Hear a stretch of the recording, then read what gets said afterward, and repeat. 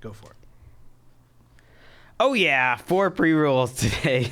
Starting with Thuma, create that feeling of checking into your favorite boutique hotel suite, but at home with the bed by Thuma.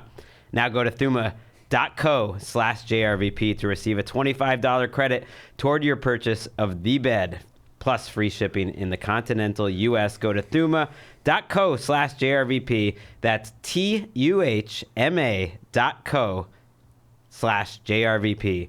for a $25 credit. Trade Coffee. Upgrade your coffee today with Trade Coffee. Let them take the guesswork out of finding your perfect cup. Right now, Trade is offering our listeners a total of $30 off your subscription plus free shipping at drinktrade.com/JRVP. That's drinktrade.com/JRVP for $30 off your subscription to the best coffees in the country. drinktrade.com/JRVP. I'd pay for that even if it wasn't free. We love our trade. We also love ZipRecruiter. So many podcasts out right now. It takes a team to bring them together, whether you're hiring for a podcast or for your growing business. One place makes it easy, ZipRecruiter. For now, you can try it for free at ZipRecruiter.com/JRVP. And finally, Roman. Right now, Roman has an offer for our listeners. Generic Viagra, a.k.a. Sildenafil.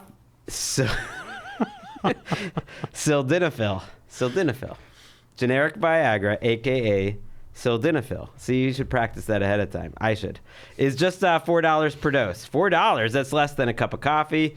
$4 is less than a magazine at the newsstand. Just go to GetRoman.com/JRVP today. That's GetRoman.com/JRVP. Generic Viagra for just $4 per dose. Back in the studio, Anthony. Feels so good to be talking. We're going to be talking monkey sex toys, donkey penises, and Anthony back on tour in episode 178 of the Jeselnik and Rosenthal Vanity Project. JRVP. Junior Vice President. There are no second acts in American lives. There are, however, a few hecklers.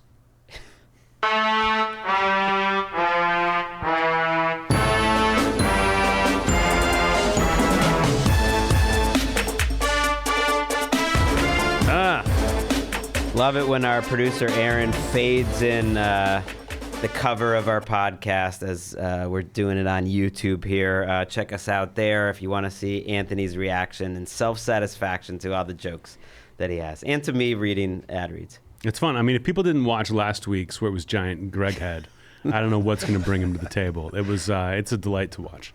You're off the road, barely. You just came in Sunday night. You're on tour. I know. I came in Monday. I came in yesterday. Oh, Monday. Yeah, I did a Sunday night show. I sold out all the shows in San Jose. And they're like, do you want to add a Sunday show? And I haven't been on the road in so long, I forgot why I don't like doing Sunday shows.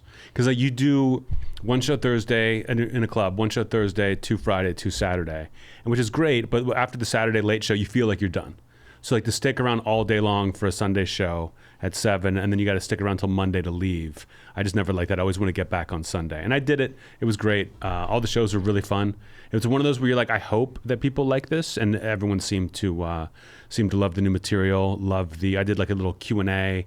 I do some classic jokes at the end to just things I haven't done in so long that I was going back through all the old stuff and was like, oh, I miss telling these jokes. What was the crowd's reaction to that part? Great. I mean, it wasn't like I was like, I'm going to try some old jokes. And they're like, yeah. But when I do the old ones, and they're mostly jokes from Shakespeare, my album that if you saw me on the road then, you saw it. Maybe in the half-hour Comedy Central Presents, it was in there. But most people don't know those jokes. I have didn't really a CD copy still displayed. It's not really displayed prominently, but it's displayed in our bookshelf at home. Wait until the vinyl comes out. I got vinyl on the way that we'll get you a copy of that. But it was really fun, and I had a lot of old jokes that I was gonna do. Just like, I just went through all the last 4 hours of comedy I've done and pulled out my favorites, and then I was doing them. And I was like, I'm sick of this, so let me just pick the ones I really like. You know, there's some that I'm like, these are still good, but I don't enjoy telling them the way I used to. But doing the new stuff is so much fun. You know, my opener that when I'm doing it in LA, that opener that I've talked a lot about, doing it in LA, people are kind of like, what's going on? But on the road when everyone's there to see me, it's just fucking euphoric. I had a great time for all 6 shows. Couldn't have been happier to be back on the road. It's nice doing it sober. It's a little different. I feel a little more responsible Because like the shows are fun when I've had a few drinks. I don't get wasted, but I've had a few. And then after the show, you keep drinking. And then the next day you wake up and you like don't feel great. You don't want to go to the gym. You're just like your day is about getting yourself back together. Eating a big greasy lunch to like deal with the hangover. That not doing that felt awesome. And So, yeah. Liz was there. Liz was there too, which was comforting. I didn't know how it was going to go. And I didn't know if I was going to be the jerk. If I'm tense before shows, but having her there chilled me out, calmed me down. We walked around San Jose during the day. San Jose has changed. It's gotten much better. It's become a lot better. And they said that things are kind of like Google, I guess, moved into San Jose. So things kind of like the money came in, and then a lot of stores opened up, a lot of restaurants opened up, and then the pandemic took things back a couple steps. But I had a great time. This is the best time I've had in San Jose. Since I've started going there a long time ago. I've never been to San Jose. It's cool. It's a cool city. I enjoyed myself. But this is a pretty big change. So when was the last time you were out on the road, truly? Like out on tour? 2019, 20? The special came out in 2019 early, so I think it was, or like mid 2019. So I think 2018. That's a pretty big change. We've had a pandemic since. Mm-hmm. We've had a lot of episodes of the Jeselnik and Rosenthal Vanity Project. JRVP. Junior Vice President. And you're not drinking now on the road. So it's a pretty big change. So how did that, how did it all feel? It felt great. I mean, it really did feel great. It's almost like, it's like you're in a gym working out, and then you go and like try to prove it in the field, and you're like, oh, the gym is paid off. You know what I mean? Does that make sense? And like I think a year of 2017 was all comedy clubs. 2018 was all theaters, international. And then 2019 the special comes out. So it's been 5 years since I've been in clubs, and it felt good. So yeah, I've got 6 more weeks. Irvine is this weekend. Irvine, 6 shows sold out. Had to add one. And then I've got there's a few weekends that aren't sold out, but I think Phoenix is totally sold out. What's the other one? Salt Lake City. Step up. Salt Lake City is sold out. Oh, don't step up. It's Brea, Ontario, and Oxnard that have tickets still available. So if you want to go to those shows, you can. Those clubs are huge, but I think everything's going to sell out. It's a good feeling. Well, it's your crowd. Now that I'm an experienced live performer, I was thinking about the difference for you. You're doing the comedy shows around LA. Of course, those are harder than when it's your crowd. My point is, like, we do a couple shows a year essentially, and we know everyone that's going to go there is going to be totally for us. And on some level, that's going to make it way easier. Mm-hmm. Just me and you, 2 live performers. It's just more fun. You just hope that they embrace the new material the same way they've embraced the old stuff, and they did. I saw a lot of JRVP merch there. I had someone yell out, "What's the dirtiest part of the human body?" which was fun. People would ask very specific when I did. You answer? Oh yeah. Live butthole challenge. It's the butthole. And then there was one time I was doing questions, and I was about to go, I got a question for you. What's the dirtiest part of the human body? People were screaming so much that I didn't get it out, and I was like, maybe I'll leave that. But there were a lot of people ask JRVP specific questions, and I was like, this is funny to you guys, but most of the people here don't know my podcast. So I tried to this is a podcast reference, guys. Check out JRVP. I don't want to plug my podcast during shows. But it was a great. Although that's a great place to plug it. If I'm sitting in there in the crowd and I'm not a JRVP listener, maybe people will be like, I want to get these inside jokes. But I do shows in LA where you've got to introduce the person after you. There's no MC. It's like, okay, thanks guys. Next up is Andrew Santino. And sometimes people will say, I'm like, what do you want me to say? And they'll be like, oh, say Tonight Show, say, Netflix special. Sometimes they're like, oh, tell them my podcast is called Off the Beaten Path. And I'm like, no one gives a fuck. Everyone's sitting in their seats, having a drink, ready to watch you do comedy. They're not going to remember your podcast. But they're there for Anthony Jeselnik, and they literally might not know you have a podcast. So I bet there's a segment of the San Jose crowd this weekend, and you can reach out to us at JRVP Junior Vice President at gmail.com that learned about JRVP and was like, I'm going to check that out. Why are you so loud? That's just what you're screaming. You're what so I excited. do. Do you know what today is? I do, because you told me. It's the 20th anniversary of the first time Anthony the God did stand-up. It's not the first time I did stand-up. But it's literally, I've been talking about my 20th anniversary. This is the actual day.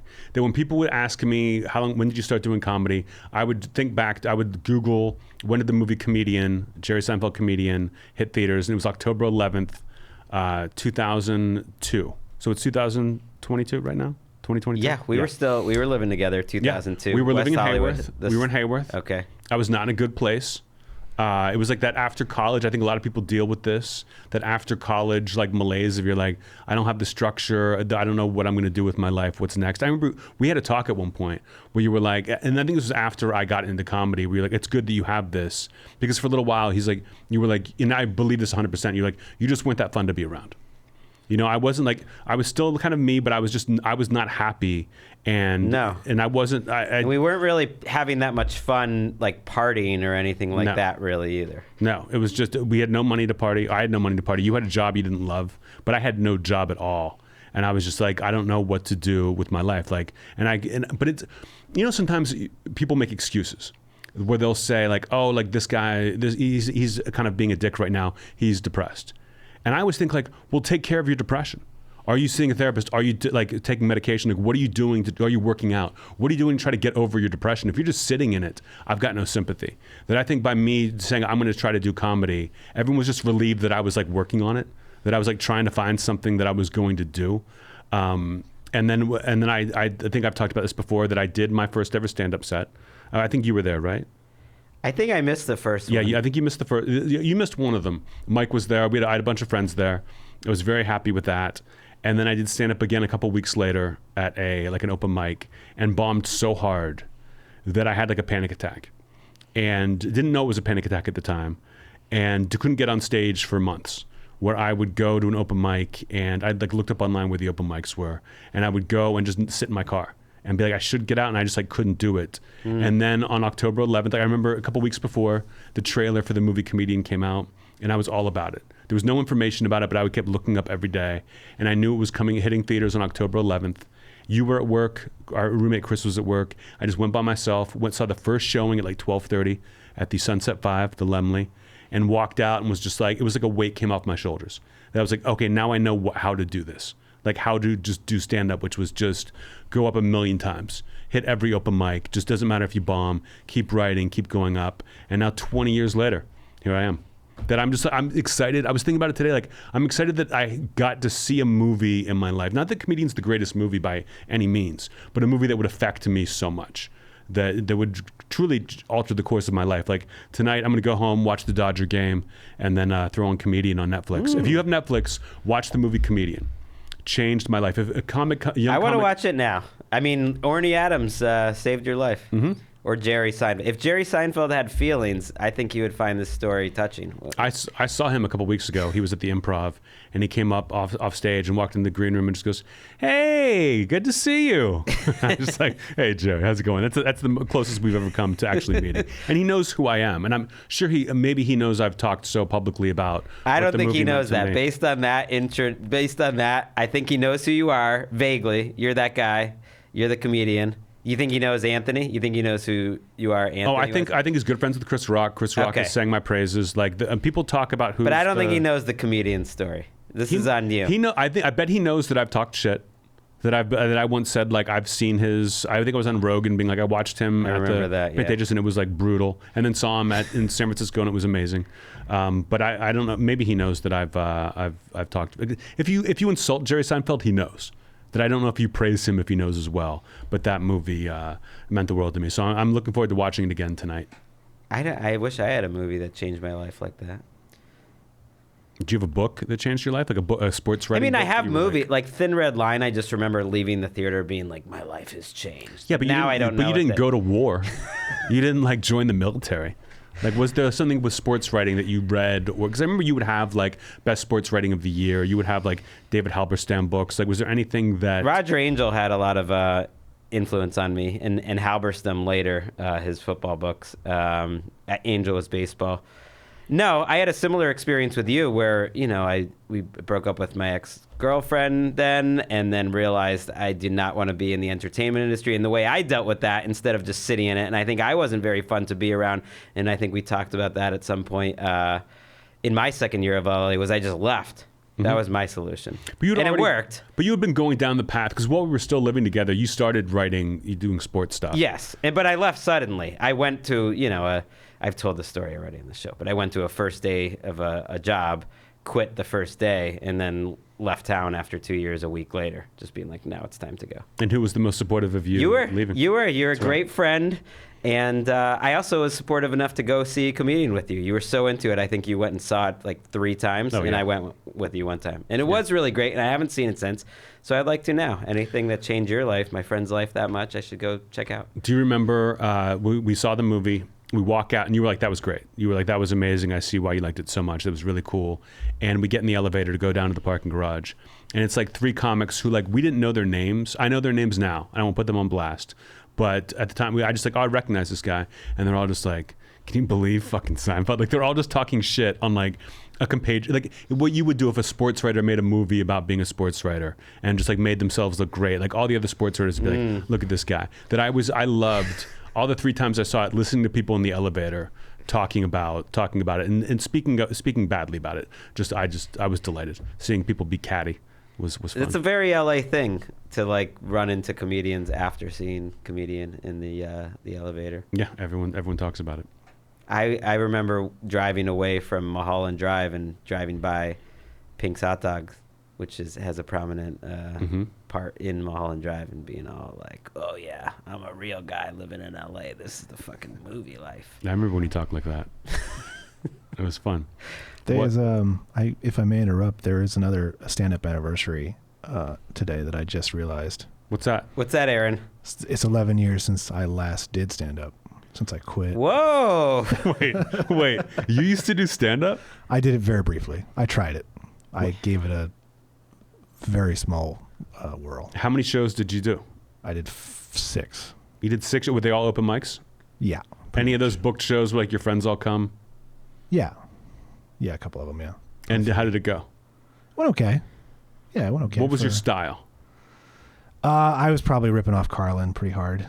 His intonations and stuff. Why does that make you laugh so much, Anthony? You always say everyone's ripping off someone to start. So of course, it makes sense. but just Carlin is the funniest one you could have said. Like, I can't imagine. Gilbert you Gottfried would be the funniest one. Let me tell you about politics. Like it was just. It wasn't. It was not political, but it was definitely like the way that he talked through sentences. I definitely was ripping off. Yeah, I was. I talked about how I was like Jack Handy. You know, I love Stephen Wright, those kind of jokes. But in the beginning, I was like doing an impression of Dennis Leary.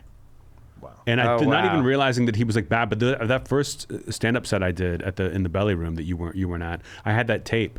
And it's extremely Dennis Leary. I have like a shirt tucked in. I'm pointing at people. I say a lot. And like watched it maybe 10 years ago, and it was tough to watch. But at the time, I must have watched it a million times, showing everyone, sending the video out to friends from college and high school, and like I haven't heard back from someone. Like it was the worst thing I've ever done. That I wish I had that experience that Aaron did. Who knows? You know, my buddy filmed me against my will from the front row. Oof. That was brutal. Do you still have it? I do, I think. Oh yeah, that's rough. My brother did stand up, maybe 6 or 7 times for a little while in Chicago at open mics, and really enjoyed himself. Really liked it. And he was like, "Let me show you the video," and I was like, "I don't want to see the video now. I want to see the video in like a year when you're actually like good." Thinking about my experience, and then he was like, "Oh, okay," and then never did stand up again. Well, what if you had watched that video? Maybe you'd still be doing it. Maybe. I told him, I was like, if you come up with 15 minutes or 20 minutes, I'll take you on the road.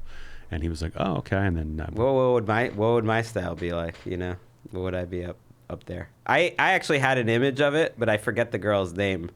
I just saw her. I think she was part of your last show that I saw at the Comedy Store. She like wears like oversized sweatshirts, like a very small Jewish girl. That would be. She's very chill, but she's funny. I like her. Oh, that would be my style. Little Esther? Yeah, that's what I was gonna say. Yeah. Esther Povitsky. That's what I would do. I could see you be more like a Woody Allen, like having a couple smart jokes that you tell, and then you just make people feel bad for you. and then you marry your Asian wife. So how about let's talk a little football before we move on? Oh, wow. Okay, what a transition. People don't like it. Well, at least that one guy who keeps emailing us doesn't like it. It's just that one guy, Jake. Who cares? If one person said, like, we can lose a person here and there, we're going to do what we want. I thought the Steelers played pretty well this weekend. They lost 38-3. They lost what by are you 5. talking about? They lost by 5. No. The Bills are the best team in the NFL, I think. Steelers lost by 5. That's one of the only 2 games. I eventually go through and watch every single game every week to feel as prepared as I can. That's one of the 2 games I still have not gotten to over the weekend. So, yeah, I'm surprised they kept it that close, a 5-point game with Kenny Pickett in his first start. It wasn't a 5-point game. It was 5 touchdowns, but still. I was excited. I woke up today and everyone's trying to get them to fire the offensive coordinator. Once Tomlin gone, you're nuts. Did you see Tomlin after the game asked about how he thought the team's effort level was? No. He was amazing. His I've never seen anyone's eyes be bigger. And he was just like, we just lost 38-3.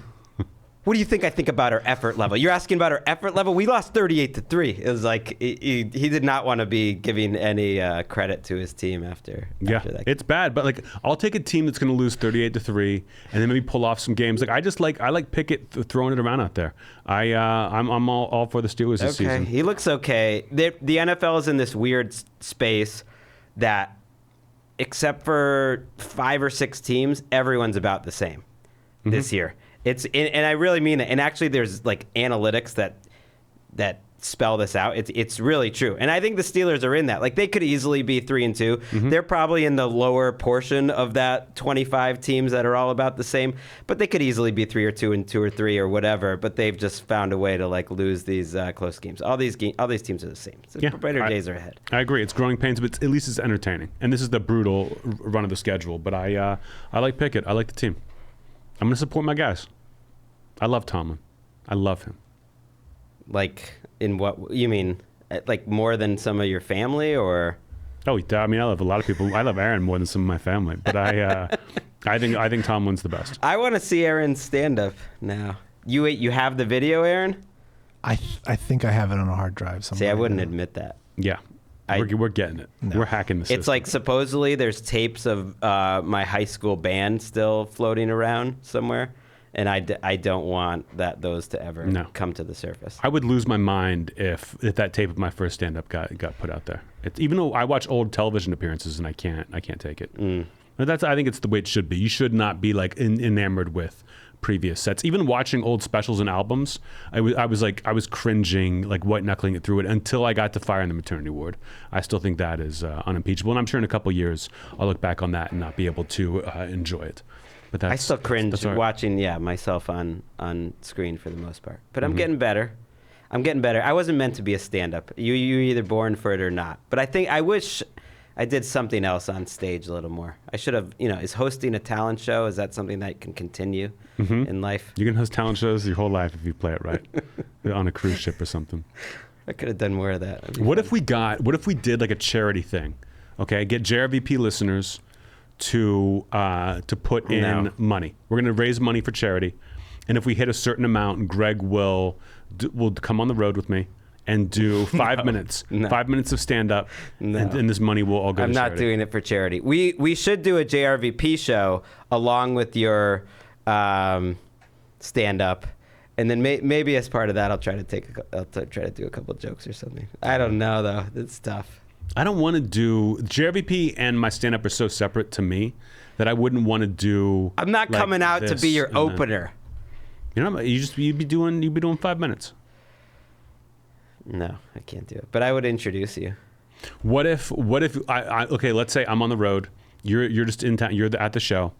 What if when I go to take questions for a couple minutes toward the end, you come out on stage with me and we both take questions together? Well, sure. Okay. We've done live. We did the one live JRVP show. That was fun. Yeah.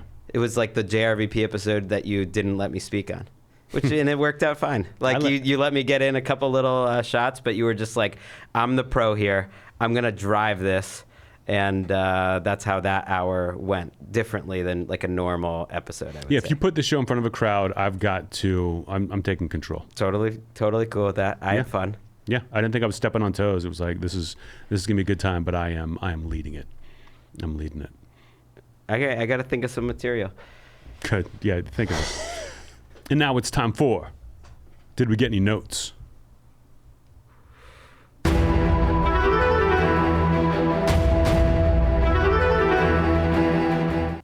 Say less, fam. And I'll have enough for Gregg. I'll do Did We Get Any Notes? Gregg will play, and that's not the Did We Get Any Notes song. No. And then I was gonna say, and that was Did We Get Any Notes? And then you play the Did We Get Any Notes song again. Right. Well, there's an outro and there's an intro in theory. I don't mind if we play the intro twice, or if we play. You didn't play the intro at all. So, but now I'll say, and that was Did We Get Any Notes? Did we get any notes? Notes. Did we get any notes? Did we get any notes? And now it's time for Email Corner. Emails. They're at the corner. Email Corner. Emails are a thing. Email Corner. Whoa. It's Email Corner. Anthony is dancing in a way that I've never seen him dance in his life. Charlie Brown. I've almost never seen you dance, period. That's not true. In college, I danced. Here and there. Yeah. If you were dancing, I was probably pretty drunk as well that night. That's right. Remember. Email is a thing, and we're collecting emails at JRVP Junior Vice President at gmail.com. Send us some emails. Also, go ahead, review us on iTunes. Our first emailer is from Dean. Oh, no, I don't have the name here. She says it's from Wade. Sorry. I'm 39, a big JRVP and a metalhead for life. Wondering if either of you have ever been to or enjoyed a metal concert, or did either of you have a metal phase driving around town with Slayer blasting on the car stereo? I chose this question. I love metalheads. I think they're funny. They're so enthusiastic about their music that it's just there's like a joy to it. And I've never been to a heavy metal concert, never. But I did for like a couple years when I was a kid. Got really into Anthrax, really loved Anthrax, and then was just all about Anthrax for a couple of years. I don't remember I remember Scott Ian, but I don't. I think there was a song that they did with Public Enemy that I like. That was my gateway in, and then I just got really into. I think they had their greatest hits, and then I had a couple of their albums, and my friends and I would just listen to Anthrax all the time. And I haven't heard anything in a while, but I used to tour with Brian Posehn, who's like the metalhead. And if you are a metalhead and you like comedy, Brian Posehn's your favorite comedian. And so I was meeting all those people hanging out at shows. I met Scott Ian. I met a lot of heavy metal royalty guys who would come to shows to see Posehn. So I saw it from him, but when he would put stuff on, I was like, I don't know what this is. But I would go to a heavy metal concert. I think it seems like joy. It seems like it would be really fun. Right, because people that have good taste in music often like metal, and the way they talk about it makes you want to like it, and the way they describe the differences in different bands. Mm-hmm. But I still could never get into it. I tried. I bought a Pantera album, I remember. I do remember their song, Fucking Hostile, where the chorus is just we're fucking hostile. I don't know. That was a big song in my hometown for a second, but it didn't really stick. I bought Fugazi, which I don't really think of as metal, but they're kind of alterna metal. Yeah. But it didn't take. I never quite understood it. I tried to play Pantera for a minute and Fugazi. Dean, my older brother, who was a musician and was into 80s band, he had some Rat, going on. I don't know if that's metal. It was more like hair metal at the peak of hair metal, but some of the harder ones like Rat and stuff he was playing. And yeah, I was never into any of that. And I love Motley Crue. I like Twisted Sister. I don't know if you'd even call that metal, but I liked Dee Snider. Dee Snider tweeted about me a couple weeks ago or a couple months ago, and I was over the moon over that. I think Dee Snider's cool as a person, but I was never into Kiss. Some people are super into Kiss. Dean loved Kiss, and I got a little into Kiss. I had some Ace Frehley solo records. I remember when I played lacrosse in high school, a lot of the team listened to Pantera all the time, and my coach said, one day he's no one listened to Pantera. Everyone had their Walkman on, listening to music on their way to the game, and he was no Pantera. He's some coach told him Pantera's bad hype up music before a game, because you end up going 110% out of the gate, and then you fall off because you just went too hard. It hypes you up too much. So I was okay. But my friends were super into Pantera. super into like Korn and shit. But I don't know if I'll ever get into the music, but I would go to a concert for sure and have the time of my life. Now? Sounds great. Yeah, I would love to. So if you're a metalhead, like let us know who we should go see, and Greg and I would go. I would go. I do love live music. I'll try anything once. All right, our next question's from Will. And I couldn't pull off I just don't know if I could pull it off. You got to wear the clothes. You just wear black. Yeah, that's fair. You think I'm gonna dress up? You think I'm gonna fucking like put on like a jean vest, feather my hair? Will says he's an enormous fan, same age. He says his kid had a stutter when she was little, and when we brought her to a voice specialist, she started to enunciate a bit extra. Anthony sounds like that. I'm wondering if Anthony had a speech issue when he was young. I did. And I forgot about this until I read this question. I did have a speech issue when I was a kid. I don't know what you would call it, but I remember like being in Montessori school. Like I went to Montessori school for years before first grade, and I didn't know that I was doing anything wrong, but apparently I couldn't say 3. I would say tree.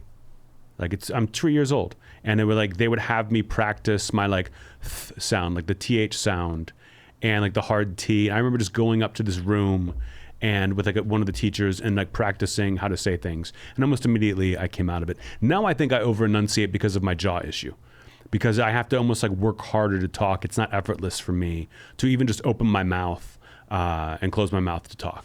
So I might enunciate a little more than I normally would. But I did have a speech issue as a kid. I think people who had speech issues end up becoming great speakers later on because they work at it a little more, you know?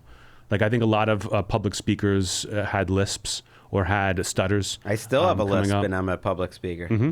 Did you ever do exercises? I didn't even know until I was an adult when someone finally told me. And then I was like, oh. And then I heard it back. And I was like, yeah, I do. Yeah.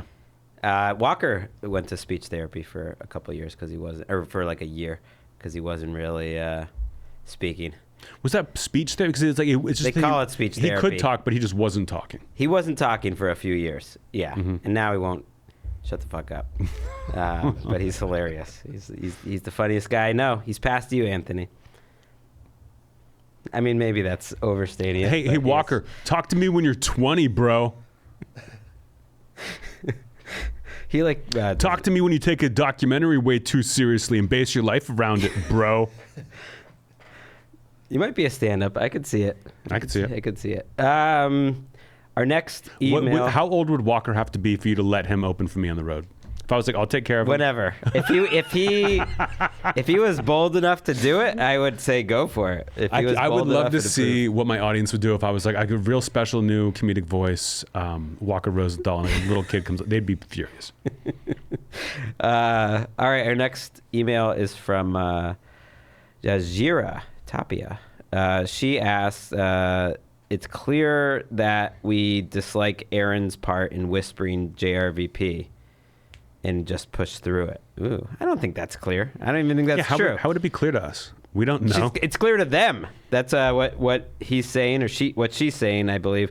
But instead of having him try to do it sexy, which might not be Aaron's strength, dig, why not play to the rasp of his voice? Aaron does have a good kind of broadcastery rasp. Like he could shout it like death metal or a Scottish accent. Love the show. Okay. Aaron, what do you think about that? How do you take that criticism? I mean, I've often said I don't think sexy is my strong suit.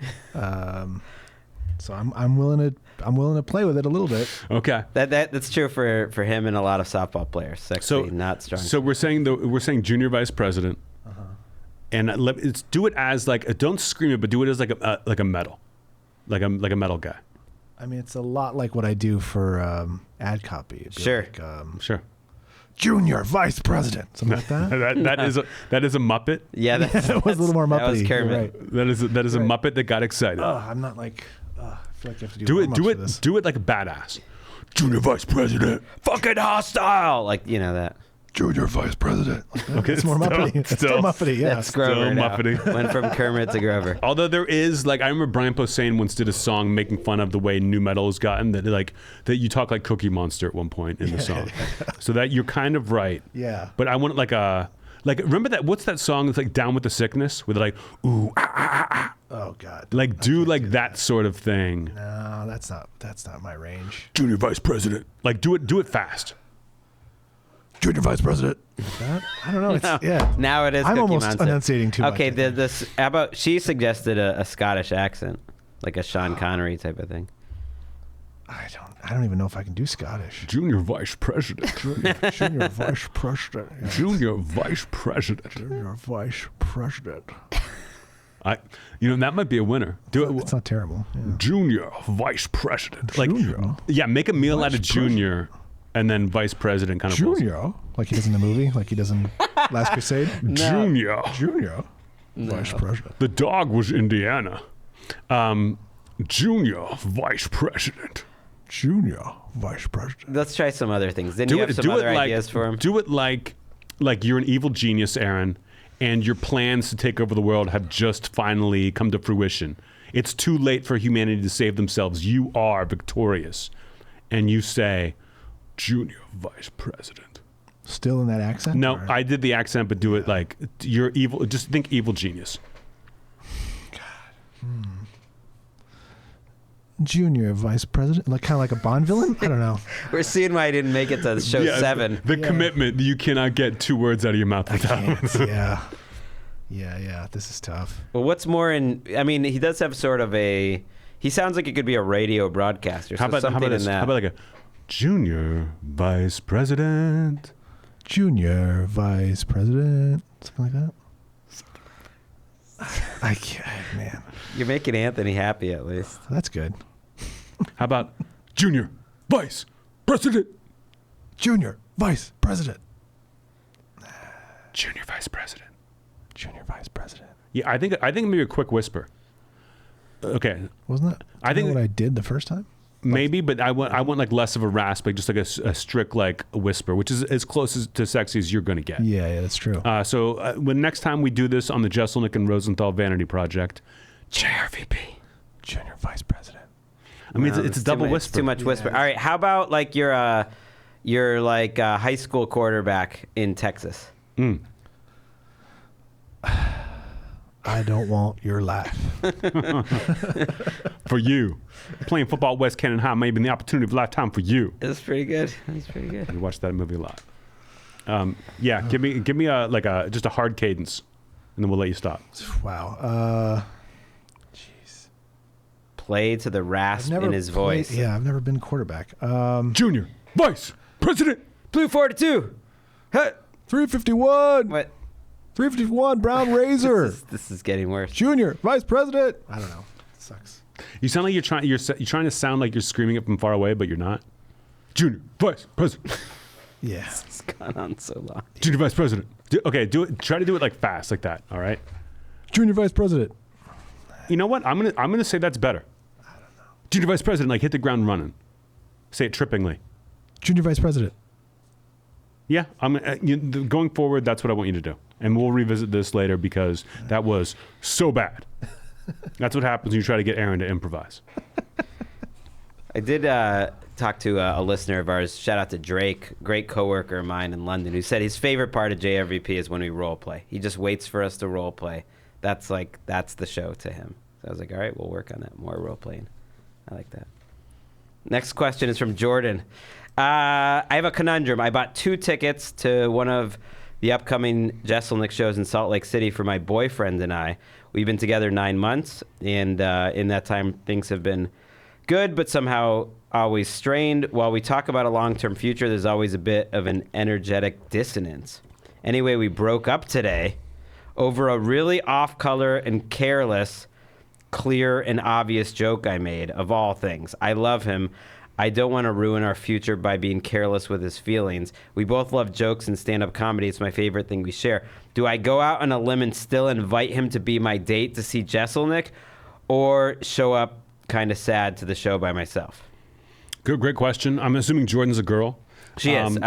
She clarified that later. You talked about how you made a joke about your boyfriend. He took it the wrong way, and even though it was clearly a joke, he took it personally, and you broke up.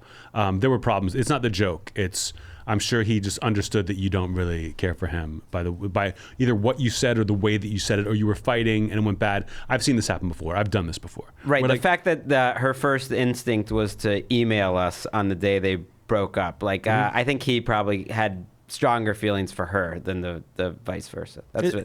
Who knows? I think relationships deteriorate. You think a joke that like on face value would be okay is like, oh, it's not okay. Your feelings were coming out. I would say there's no shame in going alone to a show. I've definitely, it's weird when you're in a relationship and you have like plans in the future that you're like, well, we've got to stay together for these tickets I bought. You know, it's like, that's not going to work out for you. But I think that there's no shame in going alone, but don't go sad. You know, don't go sad to a show. Invite a friend. I would say wait until right before the show. Wait until like a couple days before the show. And if you haven't found someone who wants to go or you want to take, who would have fun, if you want to have a ladies' night at the show, invite him. Like a day of, be like, hey, I still have that ticket. Like, you know, no hard feelings. Do you still want to come with me to the show? It'd be nice to hang out again. And no pressure. Just come and enjoy the show. That might be a nice way to kind of like let things go. Or go by yourself, or just invite a friend. But I would wait. You don't have to do it weeks in advance. Do it the week of and enjoy yourself. But there's no problem with inviting someone to come and do it. But don't do it too far in advance. If you're like, hey, that concert's in a couple weeks, do you still want to come with me? That's weird pressure. Well, you don't want Just that empty seat. before. You don't want that empty seat in the crowd. Someone will fill it. There are no empty seats. They sold extra tickets. Okay. But yeah, but if you do go by yourself, that's fine. I don't pick on you if you're there by yourself. Now, is that a mostly Mormon crowd in Salt Lake City? In Salt Lake City, in my experience, everyone who lives there is either like greets you with a Bible verse or a Book of Mormon, whatever the fuck, or they're like not LDS. I'm not Latter-day Saints. Like everyone's either very much on board or very much not on board, and they let you know that I get all the people who aren't on board. And I don't really talk about religion much or anything that would upset Mormons more than anyone else. But I think the people who were like anti all that stuff come out for me in force. I really enjoy shows. I was going to try to go to the City. All-Star weekend in Salt Lake City. It's a week after the football season ends. I have some friends going. I'm not going to be able to make it, but it sounds like it'd be fun. It could be fun. Last question's from Jake. He had a random question last week, and he's going 2 weeks in a row. Would you rather have to walk straight in and take a shower, unexplained, every time you walk into someone's house, or never go inside anyone's house again? I like these types of questions. But okay, so does that mean that so anyone's house for the rest of your life, you have to walk in, take a shower, don't explain it, or you can just choose to never go inside people's houses for the rest of your life. So, okay. But then if you choose every time I go into someone's house, I have to shower right away, then aren't you still, like, if you don't go in their house, you don't shower, so it's not like an either or. It is an either or. You either don't go into someone's house. You can still shower in your own house. What if they don't have a shower? Who doesn't have a shower? I mean, in this country, in the Western world, for the most part, if you have a house, a domicile, an apartment, you're living somewhere, it has a shower. We've known Aaron long enough that I've got to be like, where he doesn't have a shower. If he does, he's not using it. When I saw this question, I immediately thought of the movie Top Gun, when Tom Cruise has a date with Kelly McGillis, and he plays volleyball too long, and then he shows up at her house, and he's immediately like, she's like, you're late, and he's like, playing volleyball. Sorry, I'm gonna take a shower, and she's like, no, you're not. And he's like, I'm gonna take that shower. And as a kid, I had no idea what they were talking about, but I thought it was cool. I thought Tom Cruise was cool, but I think it's cool to go to someone's house and go, I'm going to take a shower. Oh, yeah, it is. I'm a little ripe. That's the coolest. I'm going to go jump in the shower. And no, don't ask. Just say, I'm going to go take a shower. I think it's fun. And I think if it was my thing, if I had to do it, then every time I walked into someone's house, I'd be like, nice place. I'm going to go take a shower. And then just walk off. Okay, I guess that counts. It says unexplained, but that's not really explaining. You're not explaining. You're saying, I'm going to go take a shower. Well, no, if we have any young listeners who are surprised by that attitude that Tom Cruise has, it is the coolest thing you can do as an adult, is go into a house and just immediately tell them you're going to take a shower. Show it's up just late. like, oh, wow, I guess that's, I'll give you like millions of dollars, I'll sleep with you, whatever it is. Like, that's how Tom Cruise became who he was. Show up late. Show up late, sweaty from playing with the boys. Volleyball, preferably. Yeah. Anything but pickleball. And then you go, you take a shower, and then you take their breath away.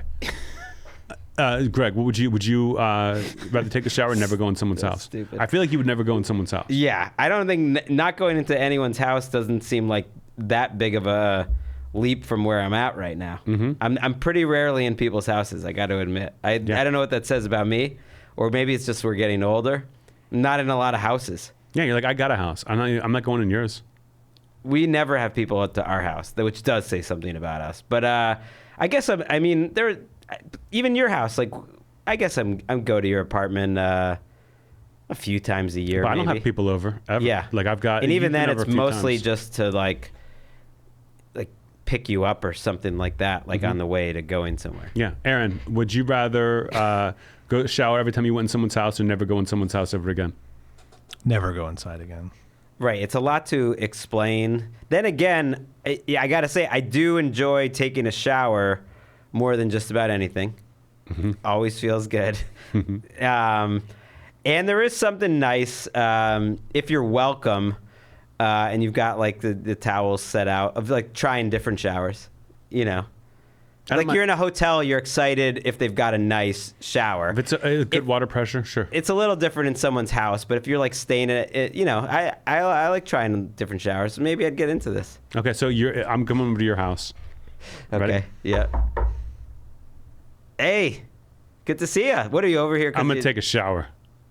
Oh, okay. Well, we don't Get have. me a towel. Yeah, I was gonna say we don't have any towels. Go in there and clean the pubes off the soap, because I'm coming in there and I'm gonna want to get clean. Well, we use body wash. Actually, we just think that's more hygienic. It's I don't do that 2-in-1 shampoo conditioner shit. Go out and get me some Vidal Sassoon. Well, no, you don't think Emika's got nice shampoo and I conditioner? can't hear you with the shower running. The only problem. Emika's in there right now, actually. So you're just gonna have to do my back. Wait. And that was Email Corner. And that was Email Corner. Diamonds around the world unite. I mean, part of me thinks it'd be cleaner if I just hit the button, and you don't say that was Email Corner, because after I hit the button, you say it, in the button. I like to say it. I don't know. I like to say it in the button. I like to say it off the button. And now it's time for Ad copy. Thuma is back. They're introducing the bed by Thuma. You want to know what the bed is? Please. It's a bed frame. It's handcrafted from eco-friendly, high-quality, upcycled wood, and you'll find beautiful, unique variations in the natural grain. So it's a minimalist design featuring Japanese joinery, which helps elevate any space. It's super supportive for your mattress, breathable, made to naturally minimize noise and create space. My bedroom needed a Thuma. Love a Thuma. I hate when your bed frame creaks. Like that can basically ruin your life. It can ruin sleep. It can ruin if you're trying to be intimate with your man or your lady. Just because a bed frame looks good, you see a bed frame like it looks good. It doesn't mean it is good. Right. You want a solid construction. You don't want creaks. You don't want to worry about the mattress sitting poorly. You know what I'm saying? Right. You want the ideal. It's like a shoe. It's like you want the right fit for your foot, but for your bed with your bed frame. Right. And they really got me when they said they practice an intentional less is more design philosophy for the bedroom. You're speaking my language. Less is more. Clean lines, subtle curves, simplicity is the truest form of sophistication. Minimalism. Yeah. They work with One Tree Planet to plant one tree for every bed and nightstand sold. I'm not sleeping in some fucking canopy like a dork. They've also improved the bed by giving you a chance to customize it. You can choose between the original pillow board or the new solid wood headboard. The fabric pillow board adds softness and color to every space, while the headboard, that's what they had before. I like the headboard, has sleek, solid support. I like the hardwood headboard. That's where I put my notches. Create that feeling of checking into your favorite boutique hotel suite, but at home with the bed by Thuma. Go to thuma.co/JRVP to receive $25 off your first purchase of the bed, plus free shipping in the continental U.S. go to thuma.co/JRVP. Again, that's Thuma, THUMA.co/JRVP for a $25 credit. I like it. Thuma's classy. Thuma is classy. I like when a company does like one thing, specific thing, and they do it perfectly. Yep. Bed frames. Get your mattresses somewhere else. We do the frame. Trade Coffee does one thing perfectly. They do coffee perfectly. They're a coffee subscription service that makes it simple for you to discover new coffees and make your best cup of coffee at home every day. If you drink the same kind of coffee every day, all day, year in, year out, you're lame. You want to know what's going on in the world of coffee. You want different coffees for your moods. You have guests. You don't want to say, do you want a coffee? Like, what kind of coffee do you want? I'm a trade boy. I'm a trade girl. That's what we call ourselves when we go with Trade Coffee. Aaron, are you a trade boy? Oh, you know I'm a trade boy. Aaron, what's your wife? She's a trade girl. What's your baby? Trade baby. That's right. We're trade people here. Who said he can't improv? Look, you can go to drinktrade.com/JRVP, and you can check out the Jeselnik and Rosenthal Vanity Project collection. I got my own collection there. I really enjoy the Irving Farm blend. And when this came in the mail, I was very excited because that was my coffee shop in New York. In my last apartment in New York, the one where Ellis was born, I'd always hang out at Irving Farm, and they make incredible coffee. And I think it's a good example of the type of coffee that Drink Trade sends out. We also got one recently from Brooklyn called City of Saints, which I really like. But they have roasters from all over the country. You fill out a quiz, and they tell you they give you nice surprises. Like, you're going to love this. You are going to love this, and you do. And you can adjust it as you go. Enjoy your coffee more. So whether you're just getting started or a coffee aficionado looking to discover something new, Trade guarantees you'll love your first bag, or they'll send you a new one for free. Upgrade your coffee today with Trade Coffee. Let them take the guesswork out of finding your perfect cup. Right now, Trade is offering our listeners a total of $30 off your subscription, plus free shipping at drinktrade.com/JRVP. That's drinktrade.com/JRVP for $30 off your subscription to the best coffees in the country. drinktrade.com/JRVP. It makes the whole family happier when this coffee just arrives in my mailbox. Smells great, and we're like, oh, great. We're trade boys. Trade boys. And that was Ad copy. Let's get to headlines.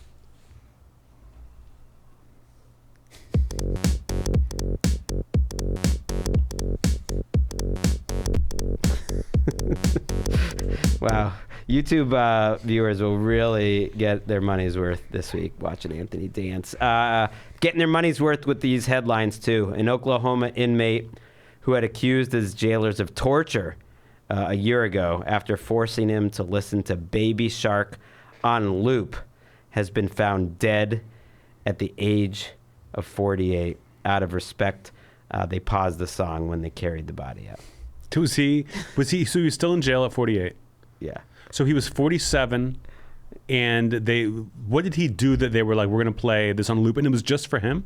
Was he in solitary and they put it on a loop, or was he? It was him and two different guys. They actually became national news because the three of them sued the correction facility for torture, and they were kind of in a waiting area. I think they were in like a holding area at various points while they were in the jail. I don't know if they were being held in a different area because they did something wrong inside of the jail, but they would leave them in that area and they would just play Baby Shark for hours on end. See, that's honestly, I've never heard the song Baby Shark. I'm sure you have.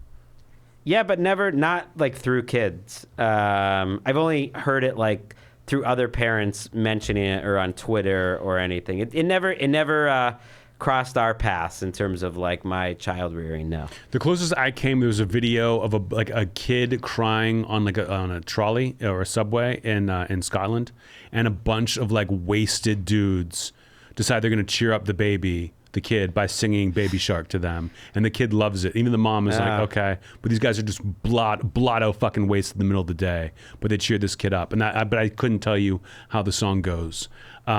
What did they think? You really don't know? Baby Shark, do do do do do do. I mean, that's the whole song. Okay, that's just on repeat. I believe it. Maybe I heard it at some point and just didn't. But here's the thing they don't tell you about dumb things that are annoying as parents that like kids listen to. You don't have to let your kids listen to anything. If there's anything, whenever parents are like explaining, like, oh, I hate Barney. It's like, why are you letting them watch Barney? Anything I don't like, that my kids just never see it. It never comes up. So what do you let your kids watch? Whatever, for the most part, what they want. But if like there's something annoying, like it just they never even learn about it. They never know about it. It never comes up. Do you remember? I always think of you with Ellis and the Frozen saga. Yeah, I approved of that. She liked Frozen, and that was fine. But do you remember why you started letting her watch Frozen? No. You told me, and I thought this was great, that like she didn't care about Frozen, like she never saw any Disney movie. But then all the kids in her school were always talking about Frozen. Yeah. So she started making up her own songs and stuff, yeah. And it was just sad. Like, yeah, it's great that she would use her imagination, but when she's so wrong. Yeah, like she didn't get any of them right. There are points where, yeah, you want your kids to not be out of the loop on things, but you know, for the most part now, everyone's got different tastes. But this does seem like torture, by the way. I think they were found guilty. They were. The officers, and this was a separate case. They kind of did a tricky headline. You know, he was found dead at the age of 48, but it wasn't from listening to Baby Shark too much. Yeah, I figured. I figured. They actually fired the officers who were caught doing this, and they were charged with, they only got misdemeanor counts of cruelty to prisoners and conspiracy. And there was one other guy. This really made me laugh. That wasn't even working there anymore, but he was just like hanging out, and he was retired, and like he was arrested too, and he wasn't even working there. He would just like show up, and like he thought it was fun to torture the people by playing Baby Shark, so he would just like show up with his old friends. I mean, you think about security guards in a prison who were like awful people and abused their power to make inmates' lives hell. Those guys are assholes. It's like, remember in the fraternity when like it'd be Hell Week and you'd be like, I hate these guys so much for hazing us. And there'd be a guy who graduated 10 years ago who would show up to be a dick, and that guy was such a cunt. We hated that guy so much because it was like, you don't have anything better to do than come back here and yell at a bunch of like 19-year-olds. Like I hated those people, and I'll hate them for the rest of my lives. You'd be like, oh, did you hear so-and-so died? I'm like, good. I'm glad they're dead. For coming back to a school they no longer went to. Who are you talking about specifically? I don't remember. Okay. Whenever there was a guy who like we didn't know, they'd be like, oh, this guy was cool. He graduated a few years ago. It was awful. Excuse me. Let's be real. Like the seniors or even the juniors that would haze you, those guys were cunts. They were all cunts. Right. We realized once we even got to being sophomores, and like we were like, oh, we're not gonna do this. We would like go there and say like a couple little jokes, but then you just realize like, oh, why would I want to participate in this? I remember I tried to help them. I'd be like, yo, it's going to be bad. Let me try to help one of them. And then you just became soft. Like they were like, oh, we can get Anthony to help us out of this. And then I got mad about that. So then it was like, I'm not even talking to these kids anymore. I'm not really a part of the fraternity. I'm bad. Yeah, we were bad. This guy that died though, sounds like he died of a drug overdose. He was back in jail. He had gotten out, then he was back in.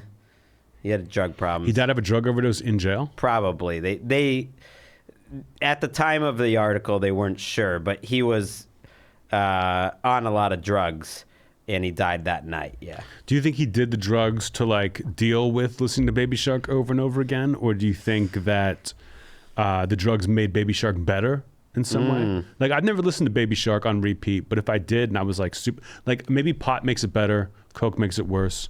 I would just think it's like you don't know what's going on with time much more than like it's not like it's not hurting your ears. I think Coke makes everything worse. Mm-hmm. Yeah. I think a little weed and a little Baby Shark. Yeah, if you're listening to this podcast today and you're like, this isn't the best episode, it's because Gregg coked to the gills. Rest in peace, guy. Imagine dying. Imagine dying, and you are known as the guy who was forced to listen to Baby Shark on a loop. That's the biggest tragedy here. Yeah, this made it to Newsweek, and when I was like Googling for more information, this headline was everywhere. The story was everywhere. On some level, you got to give him you got to hand it to him a little bit for fighting back and getting these guys fired. I'd love to see like an inspirational movie where like Jodie Foster is like a lawyer who's like, I'm gonna fight for their rights, and it's like a guy like putting his hand on the glass, being like, tell my wife I'm still a human being. Yeah. I would watch that, like a dead man walking, but for Baby Shark. Right. Well, what would that movie be called? Baby Shark Walking. It's pretty good. It's pretty good.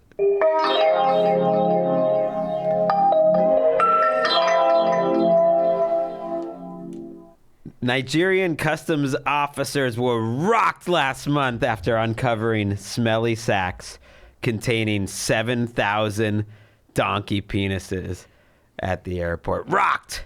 I love the idea. First of all, I love the idea of having to count the penises.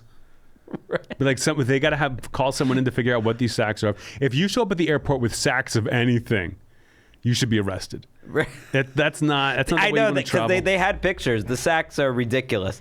They're clearly sacks of something bad.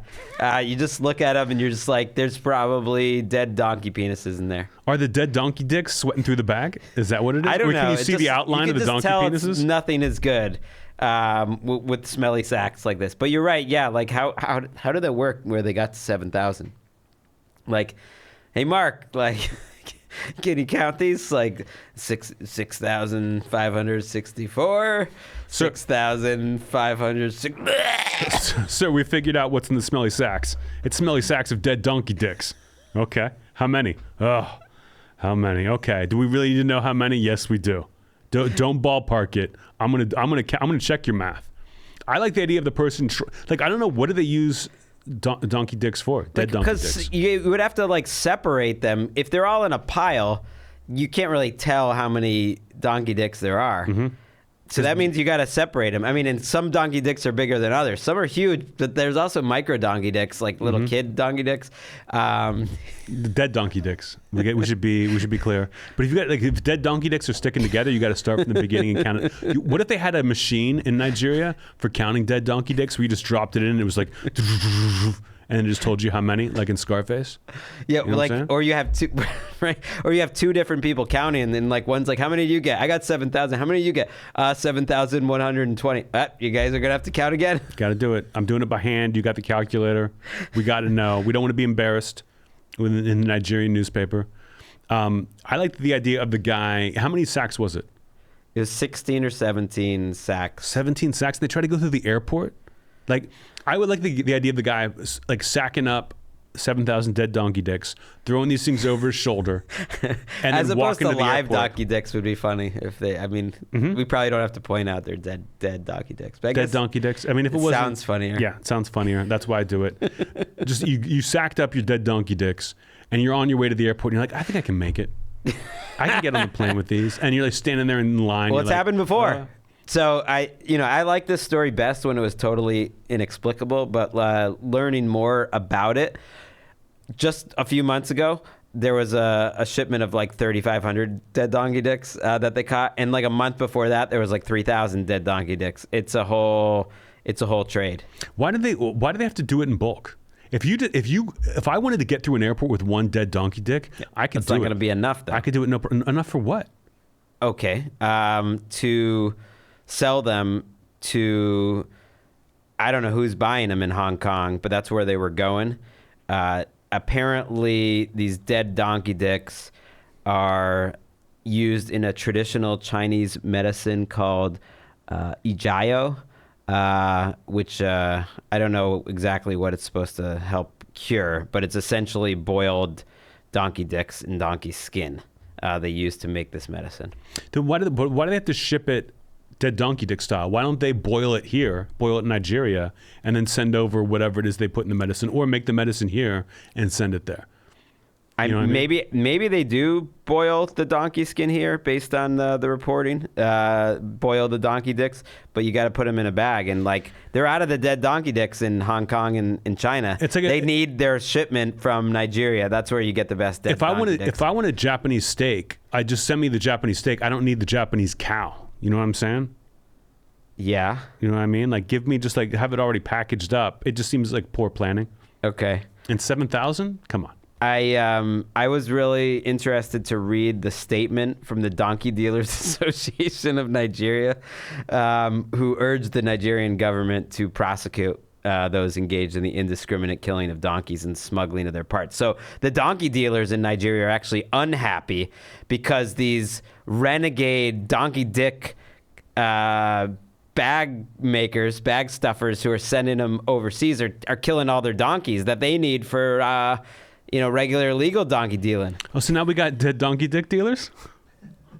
Why didn't we open with dead donkey dick dealers? Well, no, the Donkey Dealers Association of Nigeria are against the indiscriminate killing of donkeys. Now, which I was kind of thinking, like, are they gaslighting us here? Because they are donkey dealers. Yeah. They don't seem to be the hugest fans of donkey dicks. Yeah. Hey, donkey dealers, get off your high donkey.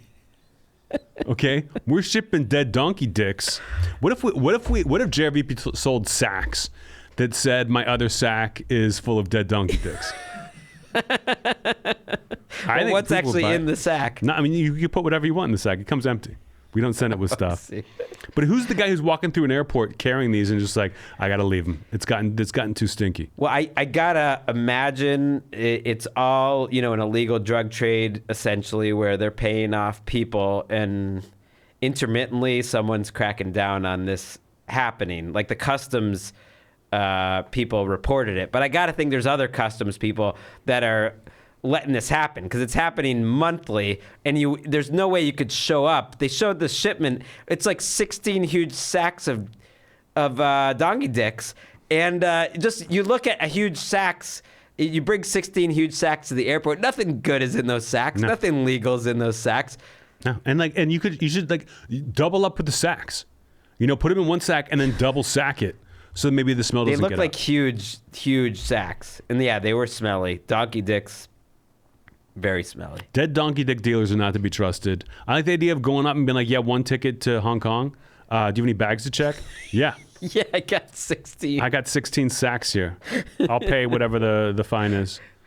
I love it. But you put them in a crate? No. Sack them up. We're dead donkey dick dealers, and we like our sacks.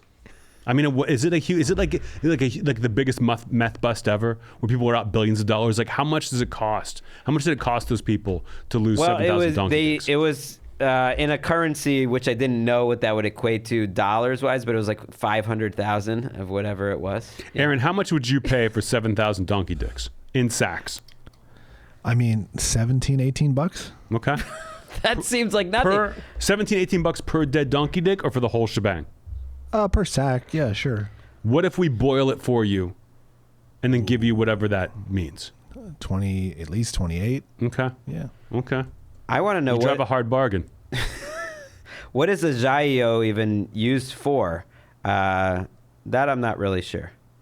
Some sort of medicine. I assume it's got to. I mean, if it's Chinese people medicine, I'm assuming it's erection based. Okay. Grind up your rhino horn, get your dead donkey dicks on the skillet, boil them up, and then sack them. Dead donkey dick dealers. Dead donkey dick dealers, mount up.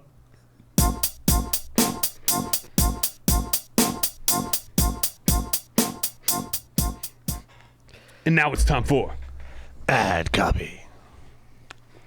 Roman is the digital health clinic for men. If you want to last longer in bed, you want to have an erection. Well, you should have told me that before. Aaron, you couldn't have left at a worse time. Roman is the digital health clinic for men. There are no waiting rooms, no hassle, just a straightforward, discreet digital experience, all from the comfort of your home. To achieve your healthcare goals, get started by completing a free online visit. A U.S. licensed healthcare professional will work with you to find the best treatment plan. If medication is appropriate, Roman ships it directly in discreet packaging with free 2-day shipping. So this is a little different than some of our Roman ads. This is a $4 per dose generic Viagra, a.k.a. sildenafil. Just $4 per dose, and you can also visit the website, and again, you can talk to a healthcare professional, and they'll decide if medication is appropriate. Right now, Roman has an offer for our listeners. Generic Viagra, just $4 per dose. $4 less than a cup of coffee, $4 less than a magazine at the newsstand. Just go to GetRoman.com/JRVP today. That's GetRoman.com/JRVP. Generic Viagra for just $4 per dose. If you want to change your life, but you can't handle the dead donkey dick lifestyle, Roman, we got the generic dead donkey dicks. Oh, ZipRecruiter. Did you know there's over 2.4 million podcasts in the world, including the one you're listening to now? I didn't. That's a lot. It takes a team of people to bring these podcasts together. So you got your producer, you got Aaron, you got your ad sales team.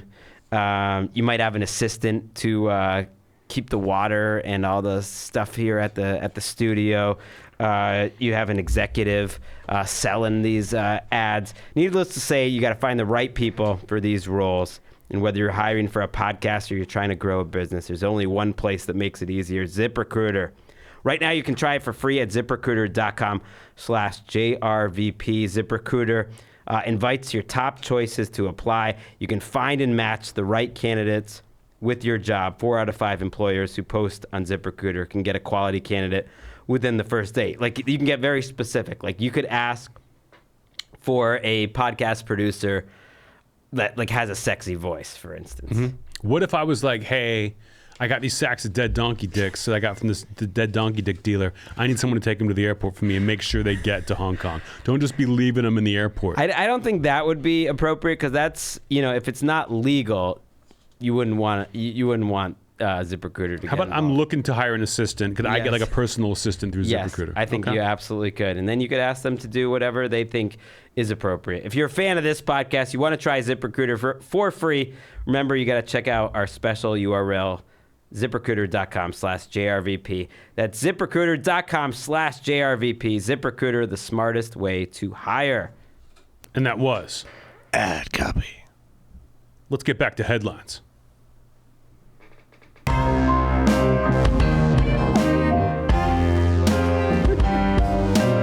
Not even an appropriate dance for the song. A California sex addict is suing the video streaming platform Twitch for $25 million after claiming that the site's overabundance of scantily clad gamers has caused him to injure his penis. And tell me more about this guy. All I know is what you just said. Yeah, that's all you need to know, really.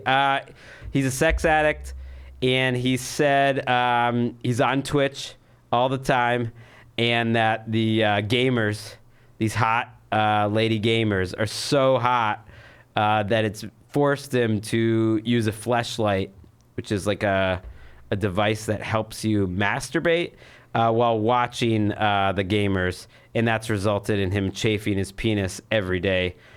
This is according to a 56-page court document suing the company. Fleshlight. Aaron, did you know about this? Was I aware that they exist? Yes. Yeah. It sounds like his lawsuit is against like a lack of lube. Like, you can't blame someone for masturbating poorly. Like, it's on him. Well, I can't believe a lawyer was like, so you hurt yourself masturbating. There's money there. If there was money in hurting yourself masturbating, I wouldn't have to do this podcast. I wouldn't be on the road.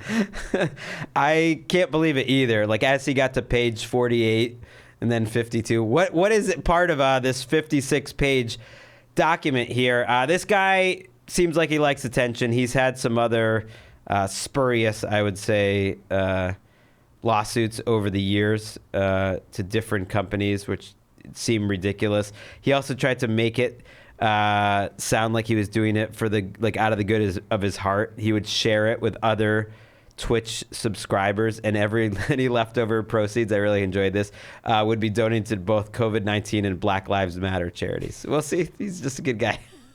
I don't know why that really makes me laugh, that he's going to donate this money to Black Lives Matter charities. It's COVID-19. I mean, I just don't understand. Like, is Twitch a thing where you see, like, let's say I'm a girl. Like, okay, let's say you're a girl. You just watch on someone Twitch. gaming. But do you watch them? Is it like a camera that just shows them? Or is it like a split screen where you see what they're Yeah. playing and then you see them? Yeah. And they look hot?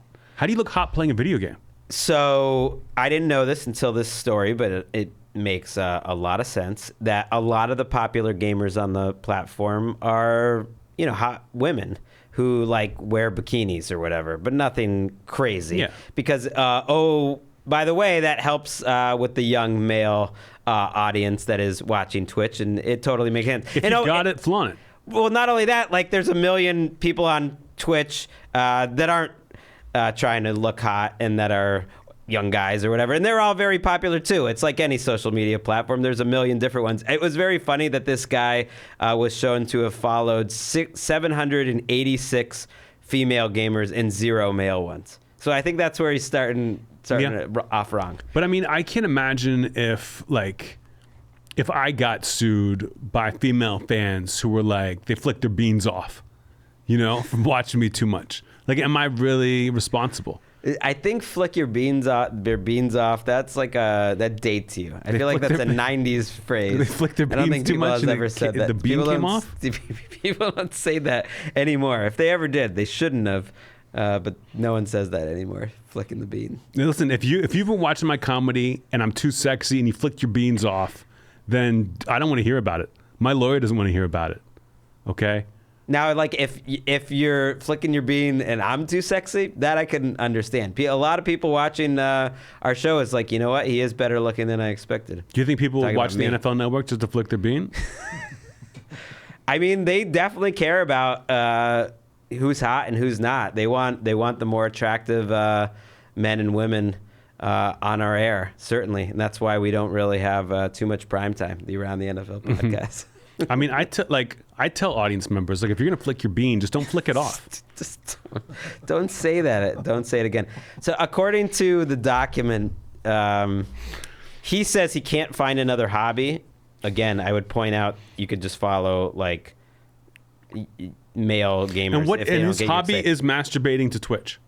The girls playing video games. So he says he has various ailments: depression, agoraphobia, Crohn's disease, OCD, along with sex addiction. That's actually like the Yahtzee. That's like you hit all the buttons there. That's perfect. He does have the ability to never be embarrassed if he can do this. I mean, that's a superpower in itself. So he says because he has all of that, it's relegated him to surfing the internet in his apartment all day, and he has no choice but to watch these gamers. Here's what he wants: a permanent ban on a bunch of streamers that he listed, and he just like listed all these based on like how hot they are. Yeah, basically. And none of these streamers. Again, I don't know anything about Twitch at all or video games. Are they encouraging masturbating at any point? No, I don't think so. Okay. I don't think that would be allowed. They did show a screenshot. I didn't know that, this is like a subgenre in the Twitch genre. It's like, gamers in bikinis or whatever. And actually Twitch has made some modifications to their policies, I guess, over the years, banning, quote, bums and under boobs. And you can't show boobs. You can't show under boob. You can't show ass. But you are allowed to, wear a bikini or whatever. Can you show bean? Don't think you can flick the bean. I think you can flick it, but can you show it? I'm pretty sure you can't. If they're banning bums, I feel like I don't know why they use the word bums either. What is this? What is this, Britain? I don't know. What accent was that? That was like a New York guy being annoyed that they're using bums, which I think of as like a Britishism. We don't like to exchange our voices on the Jeselnik and Rosenthal Vanity Project. JRVP. Junior Vice President. All right. No, I think it was way better before. I don't. He would do like a junior vice president. Yeah, give it to me like Tom Brokaw like. Junior Vice President. Wasn't really Brokaw, but You want me to do the? You want me to like? all right, flavor of the Junior old man? Vice President. No, Junior vice president. no, you can't do the whisper on top of the whisper. Well, fuck.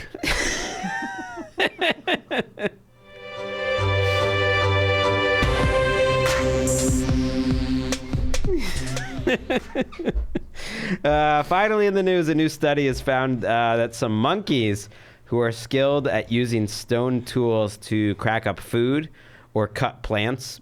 Like, that's a thing. Like, monkeys are really good at using tools. Have been found to also use those tools for self-pleasure. It was published this month in a journal called Ethology. Researchers reported that some macaque, how do you say that? Monkeys frequently rub... Macaw? Oh, yeah, macaque. Macaw. Macaw's a bird. Oh, it is? Yeah, I think it's macaque. It can be Macaque is right. Macaque. How did we go from dead donkey dick dealers to macaque? Well, it's perfect. Macaque monkeys. It's perfect. And using stone tools. well, I think maybe they could complain to Twitch too, because they're using these stones to rub around their genitals to get off. People have been doing that forever. Yeah. Have you ever done that? Using stones? Yeah. No, I've never used stones to get off. Must have been someone who looked like you in the parking lot. I assumed it was. When I saw this, I assumed it was an up the butt thing. I don't think you're like, oh, let me get a rock around my genitals. Stone up your butt, Aaron. That's a hell of a time, right? I mean, who could resist? Who could resist? You thought that the monkeys were sticking tools up their butt for pleasure? Why would you think that? Because I didn't think they were going to be stabbing around their genitals with the tools. So when I think of monkeys, you do like, I don't know why. I guess I knew there's a whole thing of like monkeys beat off or something. I feel like people know about that. But I guess what they were surprised that they're using these tools to, and mostly stones. It wasn't so much the tools, but sometimes they like just tap with a tool, and they're just like tapping around their dick basically to get off. So like tapping. Is that from the article? tap, just a little tap, taparoo. I don't see what the pleasure would be from tapping your junk with a stone. Are they tapping beans? I mean, what do you mean? I think that totally makes sense. It does. hitting your junk with a rock sounds like it'd feel good. I agree. I can't wait to try. They thought that it was surprising though, because it was not adaptive or useful in any way. It's just for pleasure. And I was like, well, yeah. Why is that surprising? They say it's some sort of playful manipulation. There doesn't seem to be like an apparent function to it. And like, yeah, the function is getting off. That's a bodily thing. Monkeys had nothing to do all day, but whack it. Spank the monkey, right, Aaron? That's what you call it? Oh, yeah. Of course. Yeah. Although I guess other animals haven't been shown to masturbate maybe as much as monkeys, but I guess monkeys are like humans, so it makes sense. Yeah, they're close. They also noticed it's way more common in young males of the monkeys than like adults. Like when the adults get older, they don't do it as much, but when they're in essentially like adolescence for monkeys, they're tapping that rack all fucking day. Tap, tap, tap. Tap it. It just seems like a bad way to masturbate. Like, I feel like the going with your monkey hand is the best way to go. Or finding like a little fruit that you can poke a monkey hole. I think it makes sense. I think you're trying to say that it doesn't make sense. It doesn't make sense. Totally makes sense. It's like a hard surface, right? It's different than it somehow makes sense to me. It makes sense to tap your junk on a rock or tap your junk with a rock. Yeah. It's sort of like that sounds like it feels good. It's sort of like the equivalent of like a young kid, first learning about masturbation, sort of by just like rubbing against the bedpost. You know what I mean? Just like, oh wow, this feels different. What's going on here? Exhibit A, Your Honor. Let me show you this video of Gregg Rosenthal explaining what feels good. I don't know. I mean, am I crazy that I don't understand the appeal of rubbing your junk on a rock? Listen, if it was other things, or tools, sure. or some tools, but they're rock tools. It's all rock. Yeah. It doesn't seem like it's not soft. You want to rub on something soft, not something hard. Some people like it hard. Let's not judge those rocks. Yeah. True. I don't want to kink shame the monkeys, the macaques. Wait, how is it pronounced again? Macaque? Macaque. Oh, sorry. Yeah, macaque definitely. Macaque is pretty funny though. Macaque. I mean, I'm sure people who say macaque and think they're being real funny. But after barreling through all the dead donkey dick dealers, and nothing's funny to me. Nothing's funny. That's the number Get one. those rocks away from macaque. I like that. It's just like what you're. Aaron backed me up there. You wanted to laugh, but you just didn't want the listener to know you laughed. I'm still thinking about just researchers just watching this all day, being like, oh fuck, we gotta publish this. This is in the New York Times. No, it was in some sort of. The link I have is New York Times. Oh yeah, they wrote about it in the New York Times. Yeah, but yeah. Why are you trying to gaslight me? You were right, but the original journal that it was written about, that's all. How long would you be studying macaque? How long are you studying macaque monkeys masturbating before you try masturbating with a rock? Wouldn't you try it at one point? You're in there. You're Monday through Friday. You're watching these guys doing it, and you're trying to figure out what's going on. And then on Saturday, do you wait till Sunday? Or you think Saturday's your day? Day two. You think as soon as you want to find you're out on your way to the car? Yeah, I'm just like I want to see how these rocks feel on macaque. How long you watch this until you can't walk by a gravel driveway without getting an erection? It's deadly. I mean, that seems great. If anything, it just opens up a world of possibilities. With rocks. Yeah, with the whole world. Sexy rocks. And now it's time for Choo-choo! Recommendation Station. Greg, what kind of rocks you got? I'm going to recommend a book that you recommended a long time ago. It's Sally Rooney's newest book, Beautiful World, Where Are You? I'm a little late to the party, but I especially recommend it because I've been in a reading slump. I've been not finishing books.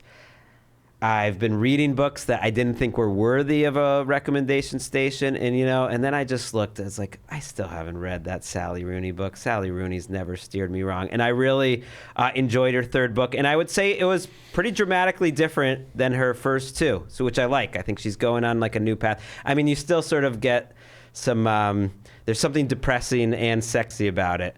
And that's me. I love a little depressing, love a little sexy. But I really did enjoy Beautiful World, Where Are You? By Sally Rooney. That's a great one. That was last year, right? Yeah. Now it's in paperback. So I got it in paperback, and it got me out of my slump. Sometimes I find when you're in a slump for reading, you just need like one book to kind of get you back on track. And it did it for me. Really totally enjoyed agree. it.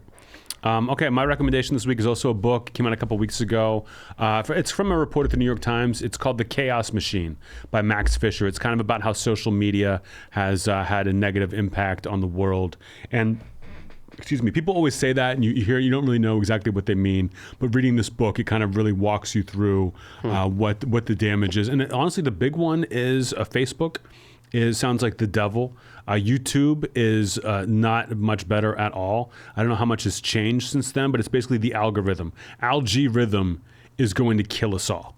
And just a fascinating book, quick read, easy to read, and just lets you know what's up. And I think if people read it, they will change their online habits, maybe. And it all makes sense. It's a great psychological study and a. You don't have Facebook, do you? No, I got off Facebook a long time ago. Me too. I deleted that 8 or 9 years ago and never missed it. It's just the algorithm. It's like these websites are designed to keep you on as long as possible, and the way you do that is by upsetting people. It's controversy. It doesn't have to be right. There's very little fact checking. I mean, Facebook comes off the worst by far. That I enjoyed. I enjoyed feeling superior to people who have Facebook. That is The Chaos Machine by Max Fisher. And that was Choo-choo! Recommendation Station. Debbie, get me a rock. Whoa, Nelly Furtado. That's a spicy meatball. Is that okay, Greggy?